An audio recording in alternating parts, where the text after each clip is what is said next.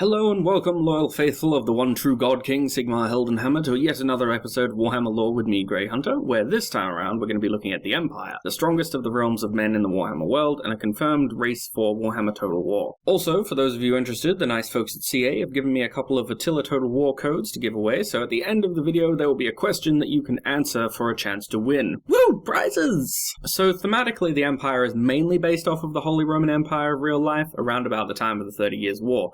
Complete with elective monarchy for the top job, the architecture and the grim Germanic stoicism in the face of all the gribblies trying to kill them. It's got a couple of other little minor things too. It's got a little bit of Spanish, it's got a little bit of England, it's got a little bit of Sweden. It's basically Europe all mishmashed together and, with a Germanic overtone. Made up of currently 10 separate states, the Empire is about as unified as the Holy Roman Empire takes its inspiration from. All of the various states are vying with one another for dominance, and, they kind of only work together on sufferance. Despite this, the realm is fairly stable, especially with the current reign of Emperor Karl Franz of Reikland, a man who the lore states is pretty much the best emperor in recent days, maintaining a tenuous peace between the elect accounts and strengthening the Empire from within. Origins! So the Empire has its genesis over 2,500 years in the past from the current point in the timeline, with a young man named Sigmar of the Unberigan tribe, whose birth was marked by the passing of a twin-tailed comet in the skies. The only son of King Bjorn, Sigmar was a brave warrior, a fantastic statesman, and a leader of men. Basically think Conan the Barbarian crossed with Charlemagne. He's a Marty stew to end all Marty stews, but in this fantasy setting you can kinda get away with being one of those as long as you're safely dead. He manages to make friends with the dwarves when he saves High King Kurgan Ironbeard from an orc ambush, and receives not only the enduring friendship of the dwarves, but an ancient warhammer they called Galmaraz, or the Skull Splitter, which is the titular warhammer of the franchise. He also takes the name Heldenhammer because, like all barbarian heroes, he needs a kick-ass name to be known by. Returning home, and after a few years, Sigmar begins to dream of uniting the tribes of men, casting out the perpetual foes, the Beastmen and the Greenskins. When his father dies against invaders from the Chaos Wastes, Sigmar becomes king of the Unberigan and sets about uniting the tribes. Through diplomacy and war, he creates a web of alliances and personal oaths, establishing himself as the first among equals with his fellow monarchs. Word of a massive orc invasion arrives, and the men of the Empire and the dwarves stand side by side to defeat the foe and drive them from the land at the first battle of Blackfire Pass, at least for a time. So their history. With the Greenskin enemy driven from the land for a while, Sigmar is crowned the first emperor, and the dwarf runesmith Alaric the Mad forged the 12 rune fangs for the elect accounts. The lore says that the realm did pretty well under Sigmar's rule, but there's not a whole lot of info on him, mainly because the chronicles weren't all that detailed. I assume that's because at the time they were probably considering continuing the Time of Legends series at one point, which, on a different note, you should totally check out because it's an excellent novel trilogy, and it's really, really good if the Empire interests you. After around 50 years, Sigmar does decide that he's had enough of being Emperor. In the tie-in Time of Legends novels, this is mainly due to him making a promise to his lost love, and he pulls a Romulus, wandering off into the mists of time. Within a generation, he's begun to be revered as a god, displacing the prior major deity Ulrich, who retains a strong following only really in the north, causing conflict between the followers of both gods. Alaric the Mad, a long time after Sigmar is safely gone, delivers on the promise of the 12 rune fangs, and these ancestral swords are passed down from elect account to elect account as symbols of office. So here seems like a pretty good place to explain exactly how the elector system works, seeing as it's kind of central to the whole idea of the Empire as a whole. Basically, it's the process that the Holy Roman Empire of the real world had, a bunch of nobles raised above the rest and given a vote. There are 10 elect accounts of the currently existing provinces who vote on the basis that, they control an imperial province. The Grand Theogenist of Sigmar, who's basically the Pope, gets a vote and is the guy who actually crowns the Emperor upon their election. There are also 2 Archlectors of Sigmar who get a vote each, think of them kind of like cardinals, and representing the old prime god Ulrich is the Ulrich. Basically, he's a Viking Pope. Finally, later on in the Empire's history, they added the Elder of the Moot, leader of the Halflings. Think kind of like the Shire. And they gave him a vote too. So in total you have 15 potential voters every time an emperor or empress is up for election. But only 10 of them are actually valid choices to be elected. You can't be elected, really, unless you're an elect account. There's a couple of exceptions in the law, but we'll get to them later. In theory, the system sounds pretty good. So the first 1,000 years or so go by without much in the way of notable events. The halflings of the Moot, basically hobbits in the Shire, are granted their functional autonomy, and their leader, the Elector of the Moot, is given an imperial vote. The city of Marienburg is incorporated into the Empire by Emperor Sigismund II, and up until the Black Plague comes along, everything seems to be going pretty well, considering the continual attacks by Greenskins, Beastmen, and the forces of chaos. When the Skaven unleash their plague, it kills 90% of the population of the land, including the reigning Emperor Boris Goldgatherer. In the year 1110, the last Count of Drakwold dies, and the first of the provinces was extinguished. On the eve of the Black Plague being unleashed, and perhaps the very first move in the attack on the Empire. The Skaven swarm up out of their underground empire, and the Skaven Wars had begun. Boris Goldgatherer, the Emperor at the time, was, as these stories often go, a terrible ruler. Under his administration, he basically managed to undermine the defenses of the Empire to the point where when the Skaven rocked up to take advantage of the aftermath of the plague they'd released, they faced essentially open borders with no forts manned. Boris died of the plague, reportedly to much rejoicing, and the Count of Middenland, Mandred, took over command of the effort to drive the Skaven back into their underground warrens. Mandred proves to be so good at killing Skaven that he gets the nickname Ratslayer or Skaven Slayer, and mounts the skull of a Skaven warlord on his helmet, or, alternatively, depending on what part of the lore you might be reading, wears the skull as a helmet. Rallying his fellow counts to his banner, he managed after over a decade of hard fighting to break the Skaven invasion at the Battle of Howling Hills, after which he was elected emperor unanimously. He rules for a good while, putting the empire kinda back on track to recovery, but those tricky Skaven of Clan Eshen murder him, mainly because he was such a threat to them, and because he killed so many of them, and the realm is plunged once more into turmoil, because of course it is. With the death of Emperor Mandred, the empire basically splits up into a bunch of small independent nations, with some of the elector counts helping each other out in alliances when need be. But for all intents and purposes at the time, the empire had ceased to exist. For over 2 centuries this state of affairs continued until the electors named the Count of Stirland as emperor and crowned him at the city of Nuln. Naturally, there was a pretender almost immediately, as Countess Ottilia of Talib Eklund named herself empress. For the next few centuries, there were always 2 imperial monarchs claiming the supreme title, the Count of Talib Eklund and the other elector who was actually elected by their peers. A third pretender rose after a while, the Count of Middenland, starting a period of history that was known as the Time of 3 Emperors, as each faction vied for the power to crush the other 2. During this time period, the crusades we discussed in the Bretonnian video against the Sultan of Araby occur, and the individual provinces of the empire provide troops to the effort, though not as a united front. Some of the knightly orders of the empire, including the Knights of the Blazing Sun and the Knights Panther, ride to war, and bring back the worship of foreign gods as well as plentiful treasure from the defeat of the Sultan. Turning from the crusades, the knightly orders were soon to have a new enemy to draw their steel against, the War of Gorbad Ironclaw. Gorbad Ironclaw was pretty much the most feared orc warlord of his day, and he came pretty close to tearing the empire apart completely. Storming through Blackfire Pass and into the most southern provinces, Averland and Solland, he crushed the armies of those elector counts and marched north. The province of Solland ceased to exist in the wake of this invasion, as the last count, Eldred, was killed in single combat against Gorbad, and his runefang was taken as a prize by the war boss. The runefang was eventually returned by dwarf treasure discoverers later, but the province of Solland was disbanded and assimilated by its neighbours. Gorbad's invasion was broken on the walls of Altdorf, but in the process the elected emperor of the time, Sigismund, was killed by the Werverin that the war boss rode, and the land was once again pushed into chaos and disorder. Not long after this time, Vlad von Carstein becomes elector count of the province of Sylvania, and the vampire counts come into existence. And anybody who watched my video on the vampire counts knows how this is going to eventually go. When the child countess Margreta of Marienburg is elected empress in the year 1979 by Imperial reckoning, the Grand Theogenist of Sigmar refuses to acknowledge her election, and the administrative form of the realm basically falls apart as it breaks into ever smaller independent states. This state of affairs makes the land prime for the machinations of Vlad von Carstein, and in the year 2010, by Imperial reckoning, the Vampire Wars begin. So as we discussed in the Vampire Counts video, Vlad comes pretty damn close to taking over the Empire, his army broken at Altdorf only by the loss of his ring that afforded him regeneration abilities, and the Grand Theogenist of the time tackling him off the walls and killing him for reals. The Elector of Reikland, whose seat of power was in Altdorf, rallied his men to pursue and crush the vampiric hordes, but his rivals for the imperial throne arrayed against him to prevent this, fearful that he might become popular enough to actually win the crown. And the one chance to end the vampire wars relatively quickly is squandered. First Conrad, then Manfred return to plague the imperial lands, though both are eventually defeated. When Manfred, the last of the vampire counts, is crushed at the Battle of Helfen, the Elector of Stirland, whose province neighboured Sylvania, claims the entirety of this province as spoils of victory, and yet another one of the imperial provinces is wiped from existence. So you'd be forgiven for thinking that at this point the empire and its inhabitants would get a little bit of a lucky break or a respite from all these terrible things happening around it. Nah. This is Warhammer Fantasy we're talking about. Like Game of Thrones, if you thought this had a happy ending, you weren't paying attention. The Empire struggles on for a while after the von Carsteins are defeated, but it only finally unites in the face of the threat of chaos wiping them out once and for all. In the year 2300, word comes from Kislev in the north that Azavar Kul, a chaos warlord of immense power, has rallied an army and was marching south. An army of Kislevites and men from the northernmost provinces of the Empire are defeated at Prague, and the Empire readies itself for invasion.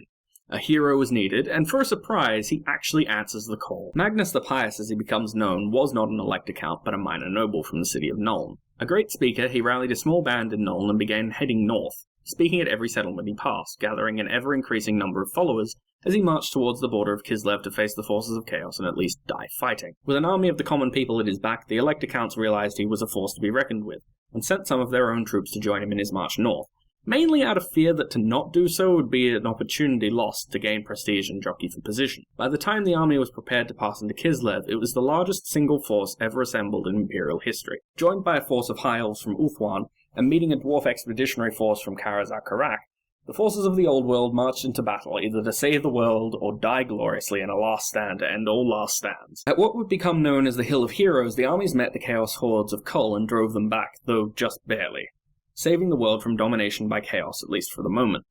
Magnus returns home to the Empire and was elected Emperor in 2304, despite not being an Elector Count himself, so he's one of the exceptions that we mentioned earlier. Mainly because he was so popular that it would have been political suicide to vote against him. Magnus's rule is pretty decent all in all, and he establishes the Imperial Colleges of Magic at the High Elf Mage Teclis's suggestion, but we'll talk about that a little bit later. He succeeded in the Imperial throne by the Elector of Stirland, and the crown stays with that dynasty for a time until the Emperor Dieter IV. Boris Goldgatherer Reborn sums up Dieter IV as he allows his lust for wealth and easy living to convince him to agree to the merchant rulers of Marienburg's request to buy their way out of the Empire.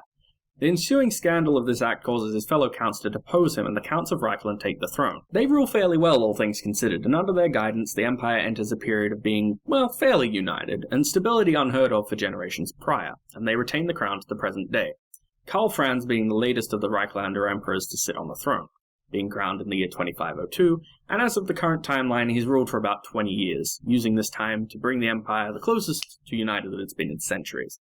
Which basically means that the various counts aren't actively trying to murder each other as openly as they used to, though the oncoming threat of another chaos invasion has provided something of a deterrent there, and, a reason to band together if they want to live, if nothing else. So that's the history of the Empire wrapped up, but what we're going to do now is we're going to go over the provinces of the Empire. We're probably going to be playing as Reikland, because they've mentioned that Karl Franz is the leader of the Empire race, so we can assume that that's who we'll be playing as, but the other provinces are going to be important because they're part of the Empire, so we might as well discuss them. And you never know, they might have little mini-factions inside the races. That would be kind of cool, that you'd have to convince the other electors to support you before you could actually go and fight at Blackfire Pass, for example. So we're going to talk about the provinces. Some of them are a little bit thin on lore, mainly because people tend to pick the ones with the cooler color schemes when they're collecting the tabletop armies. And additionally, this is by no means an extensive list of places and, cities and all that sort of stuff. It's merely some of the more significant, so if you want to know all about the places in the Empire, I'd recommend you go look up the Warhammer wikis, because they are a lot more detailed, and you'll lose yourself in it. So first up, the Grand Principality of Reikland, the home province of the current Emperor Karl Franz. It's also the location of the original Unbergen lands where Sigmar lived back in the day. Bordered by the Grey Mountains to the west, Reikland usually ends up being the buffer zone between the Empire and Bretonnia when they fought one another. The provincial capital is Altdorf, home to the Imperial Colleges of Magic and the Imperial School of Engineers, and the city is the traditional administrative centre of the Empire. For state's colours, Reiklander troops generally wear white, sometimes in combination with other colours, though some of the regiments like the Karaberg Greatswords have their own specific colours. The Grand Duchy of Stirland, a province that was home to the warrior women of the Azerborns back in Sigmar's time, Stirland is now more of a rustic backwater than anything else.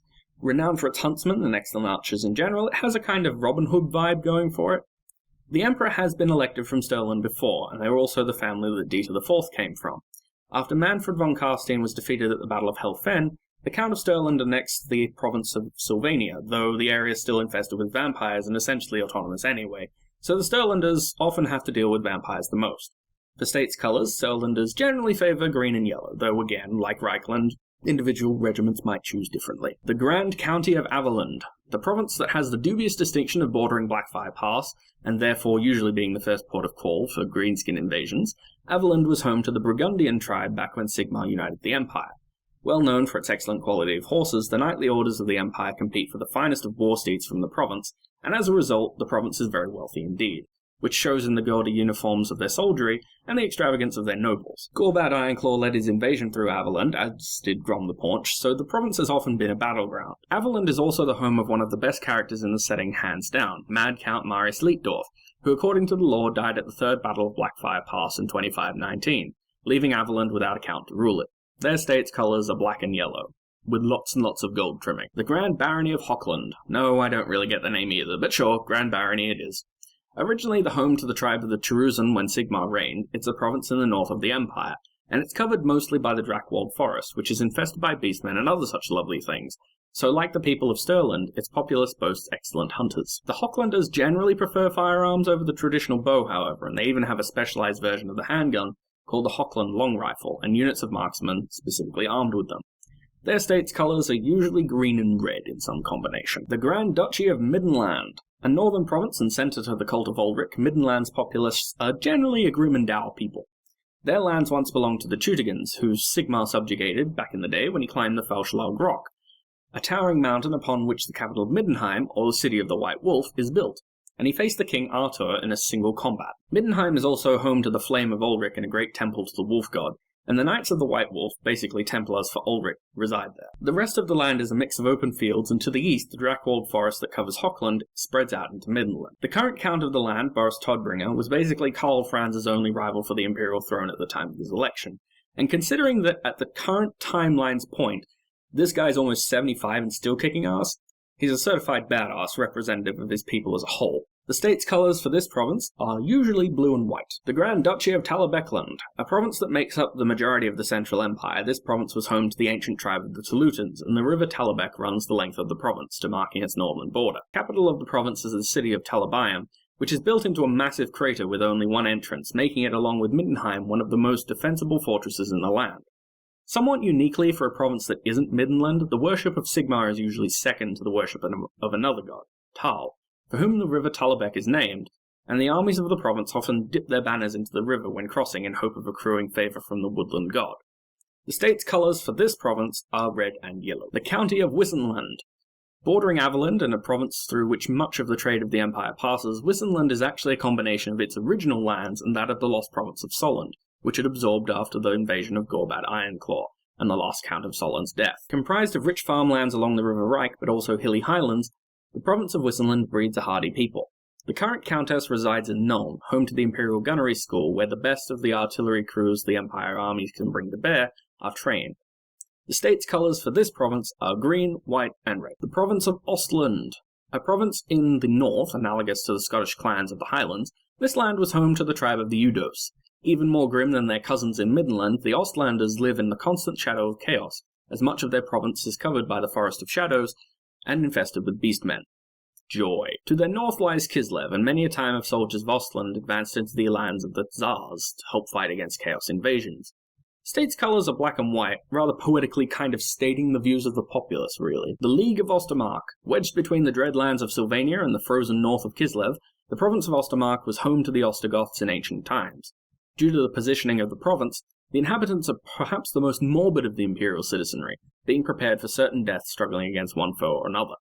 Its former capital was Mordheim until the city was all but obliterated by the fall of a warpstone meteor in the year 2000. Their state's colours are purple and either white or yellow depending on the regiment. And finally, the Grand County of Nordland. Positioned to the northeast of both Ostland and Middenland, both the Drakwold Forest and the Forest of Shadows flow into Nordland's borders. In addition, there are reportedly isolated wood elf settlements in the Lorelorn Forest, which is in the extreme north, and an uneasy truce exists between the Count and the leader of these townships. The Sea of Claws is also on the northern coast, so raiders from the Chaos Wastes are not entirely unknown to land and pillage. The state's colours of this province are blue and yellow. So that's the provinces out of the way, but now seems as good a time as any to go over the Imperial Colleges of Magic as well. Founded in 2304 by the newly crowned Emperor Magnus with the help of the High Elf Mage Teclis after the Great War against Chaos, the colleges were intended to provide a way for wizards to be schooled properly, mainly for battle against the Chaos Hordes. There are 8 independent colleges, each one representing one of the winds of magic, and they're all governed by a patriarch. And overall, the colleges are governed by a Supreme Patriarch. The Supreme Patriarch is chosen every 8 years after a ritual magical duel with his fellows, the winner being given the office, or if they were the previous office holder, they retain it if they weren't beaten by a challenger. We'll go over each of the orders briefly, and they'll probably be important to the Total War adaptation from what we've been told about the magic system. The Amber Order. Associated with the lore of beasts, they often spend their time out in the wild, becoming closer to nature. Think kind of like Radagast the Brown in The Hobbit, and you're pretty close. The Amethyst Order. Students of the lore of death, they aren't so much necromancers as they are guardians, watching over the graveyards of the Empire. Shunned by many because of a fear of dark magic, They too lead fairly solitary lives. The Bright Order. Following the law of fire, these guys are pyromancers, and generally they form the largest contingents of wizards who actually march to battle alongside the armies of the Empire. Their particular annex of the college is invisible to the eye of those untouched by magic. The Celestial Order. These are the guys that we saw in the original release trailer who summoned a miniature comet thing to throw down among the enemy. Mainly associated with the law of heavens, and therefore being primarily seers and prophets, they also devote themselves to the science of understanding the stars. The Gold Order. Wizards specializing in alchemy, the Gold Order is associated with the law of metal, and they bend it to their wills with ease. They currently hold the Supreme Patriarchy in the person of Balthasar Guilts. The Grey Order. Like their brethren in the Amber and Amethyst Orders, these wizards are often solitary people. Studying the law of shadow, they are masters of deception, and therefore distrusted by the majority of Imperial citizens who have any idea who they are. Their annex of the colleges, befitting this reputation, is an unassuming building in the poorest section of Altdorf. The Jade Order. Another breed of nature wizards, the Jade wizards follow the law of life, focusing on the plants rather than the beasts of the world. Waxing and waning with the seasons, they are reclusive during the winter, but extremely active during summer and spring. Which brings me to a kind of quibble I have in that they said that there's not going to be seasons in this whole, Warhammer Total War game. I'm a little bit disappointed, because I was looking forward to Jade wizards who couldn't do much during the winter. But anyway, the Light Order. Studying the law of light, they are primarily healers and students of knowledge, frequently sought out as advisors. They have something of an obsession with rituals, and everything they do has a very specific and hidebound form to it. So there you go, that's a brief roundup of what exactly the Imperial Colleges of Magic are. It's kind of hard to take a guess at how they're going to work in-game, because, we haven't really got told all that much about the magic side of things. And so we come to special characters. Again, this will not be an overly exhaustive list, because if I listed every single named character in the Empire, we'd be here forever. But this is a list of characters I find to be interesting or significant in some way. Karl Franz has a section, but he'll be covered very briefly here because he has got his own video coming, and he's a special snowflake. He needs his own video. Karl Franz, the Elector Count of Reikland. The current Emperor. He was elected in 2502, so 23 years before the point in the timeline the game is set in, and he's widely regarded as the best Emperor the realm has had in a good long while. Equal parts great general, stellar statesman, and patron of the arts, Karl Franz has managed to hold the Empire together and make it the most unified it's been in decades. In battle, he rides the Griffin Deathclaw, who we saw in the trailer, and he carries the mighty Warhammer Galmaraz, Sigmar's own hammer and dwarf artifact of great power. Canonically, he won the Battle of Blackfire Pass that we saw in the trailer there, and he forced the Greenskin hordes back out of the Empire, at least for now. Kurt Helborg, Reichsmarschall of the Empire. The captain of the Reichsguard, Karl Franz's personal guards as Emperor, and his Reichsmarschall, second in command of all Imperial forces. A brave and skilled warrior, he is regarded as possibly the best swordsman in the realm, equalled only by the Emperor's champion. Riding to battle on his great steed Krieglust, which, yes, probably means exactly what it sounds like, and carrying the Solent Runefang, he is deadly on the battlefield, especially when at the head of the Reichsguard as a thundering wave of steel plates and lances wash over the foe. A man who cares not for the political maneuvers of his peers, he is most at home with his Runefang in his hands and fighting for his life against the perfidious foes threatening the Empire's survival. Ludwig Schwarzhelm, Emperor's champion. Personal champion of Karl Franz and the bearer of his personal banner, Schwarzhelm is a towering man of grim disposition, said to have never smiled in his life and deadly with the blade, with only the Reichsmarschall able to stand his ground against him. Many a criminal faced with the prospect of the Emperor's justice being doled out by the man has confessed before his blade is even out of the scabbard. Marius Lietdorf, the Mad Count of Averland. He is my personal favourite. To say that the Elector Count of Averland was mildly unhinged is an understatement to end all understatements. Renowned for his mercurial behaviour, and especially for being eccentric, Marius was known for being a womanizer, a poet, a man of prickly disposition, and trusting above all in the advice of his horse, Daisy Kurt Helboring II. Despite this, he was an excellent soldier, a whirlwind on the battlefield with his paired runefang and dagger, and in his moments of clarity he possessed sharp insight that served Karl Franz well. In 2519, he led his state troops to Blackfire Pass and held it while he waited for the Emperor to arrive with a mighty host. When he died at the Third Battle of Blackfire Pass, the Empire lost one of its better Elector Counts. Luther Huss, the Prophet of Sigmar. At a Sigmarite monastery near Wissenberg, a child appeared and requested to join the Order of Warrior Priests. He would not speak of his past, saying only that his name was Luther Huss, and he wished to fight chaos with all of his being. After years of training, he went among the faithful to preach, and to destroy those who would follow chaos. Coming across a small village beset by Beastmen, Huss stood beside the townfolk and smote many of the foul chaos creatures, driving them back to their lairs.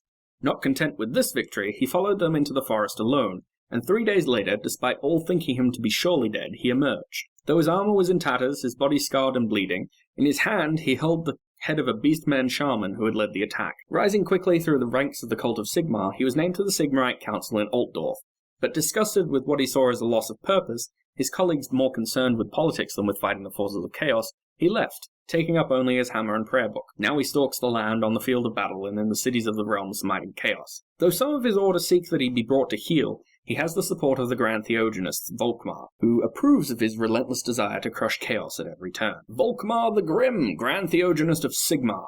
The supreme leader of the cult of Sigmar, Volkmar the Grim, is a man who brooks no hint of chaos, and is furious in his devotion to the patron god of the Empire. When he rides into battle, which is often, he usually does so atop the war altar of Sigmar, a chariot-like contraption, smiting the foe with swings of his staff of command, which is his badge of office. Despite this reputation, Volkmar is well aware that chaos cannot be cast down by force of arms alone, and he is indeed a wise scholar, who seeks out knowledge to understand his enemy and crush it beneath his heel.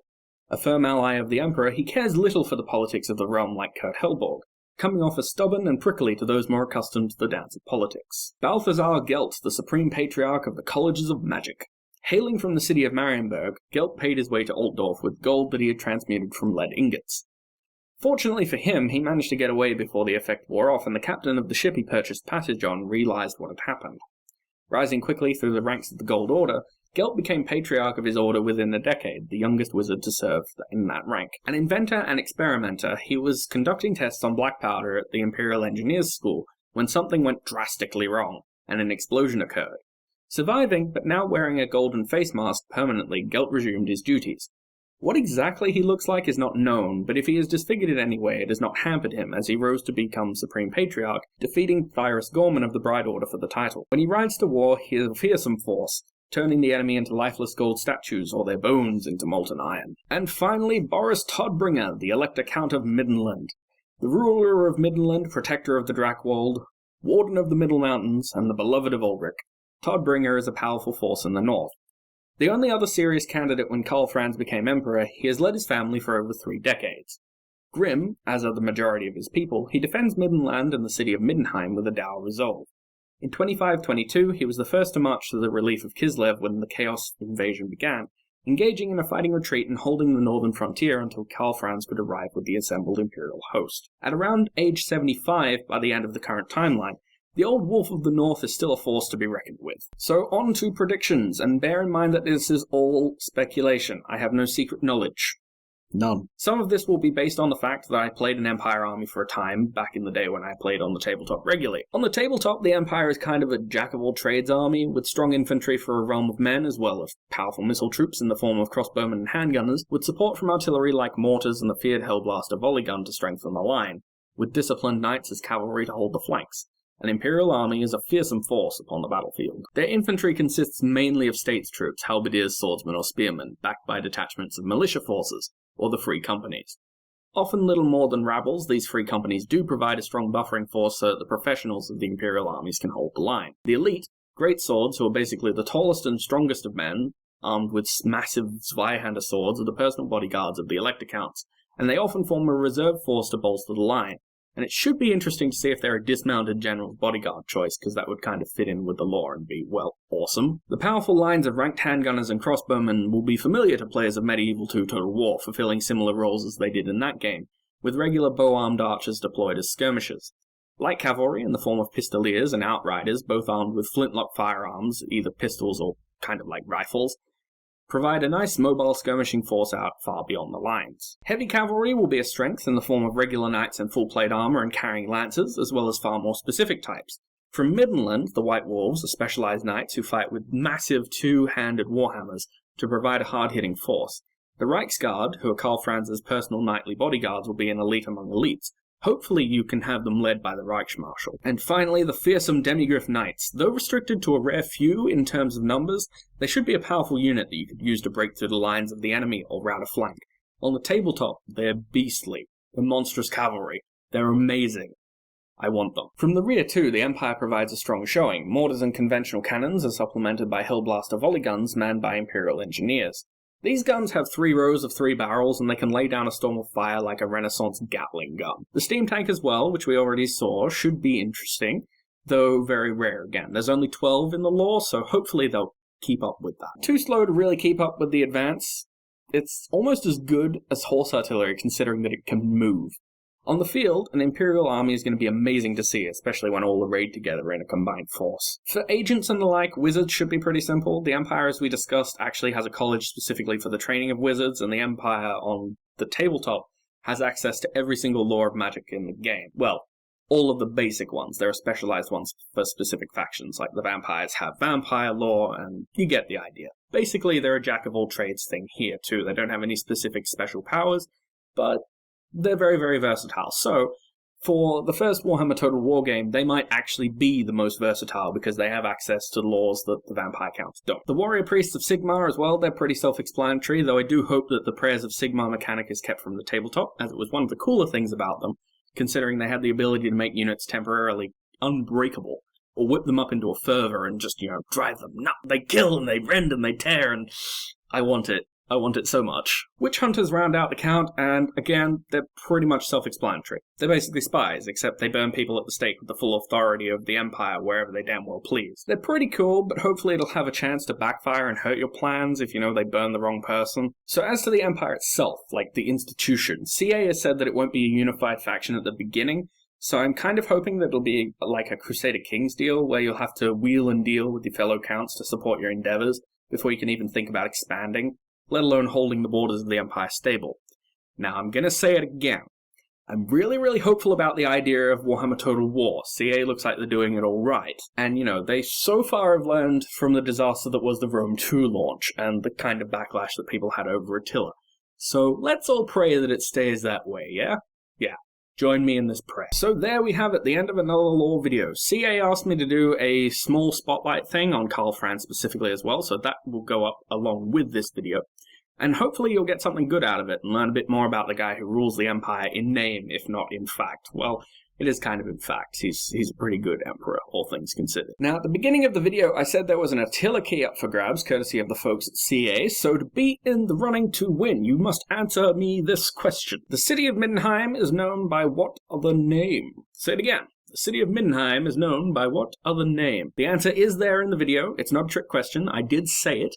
So if you find the answer and PM it to be in the running, I will draw the winner using a random number generator. So until next time, where we will be doing the poor bastard creatures they basically gutted and left without a chance in the world, the Beastmen, I have been GreyHunter, and thank you for watching.